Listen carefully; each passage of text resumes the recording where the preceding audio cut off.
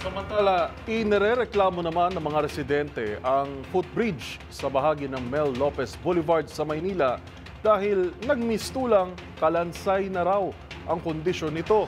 Ang balitang yan tinutukan ni Boy Gonzales.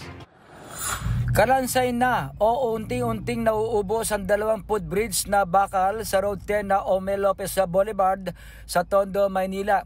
Ang footbridge sa Pacheco Street, corner Mel Lopez Boulevard, wala nang hagdanan, wala na ring railings na niligari, binakal na ng mga nangangalakal, saka ibinebenta ayon sa ilang residente. Ilang metro lamang ang layo sa PCP ng Raksabago Police Station 1 ng Manila Police District.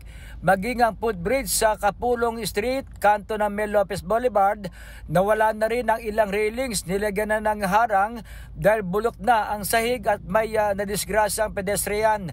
Kaugnay nito, nanawagan ng ilang residente na maayos ang nabanggit na footbridge para sa kaligtasan ng mga tumatawid, lalo na't marami nang nadidisgrasya sa naturang kalsada.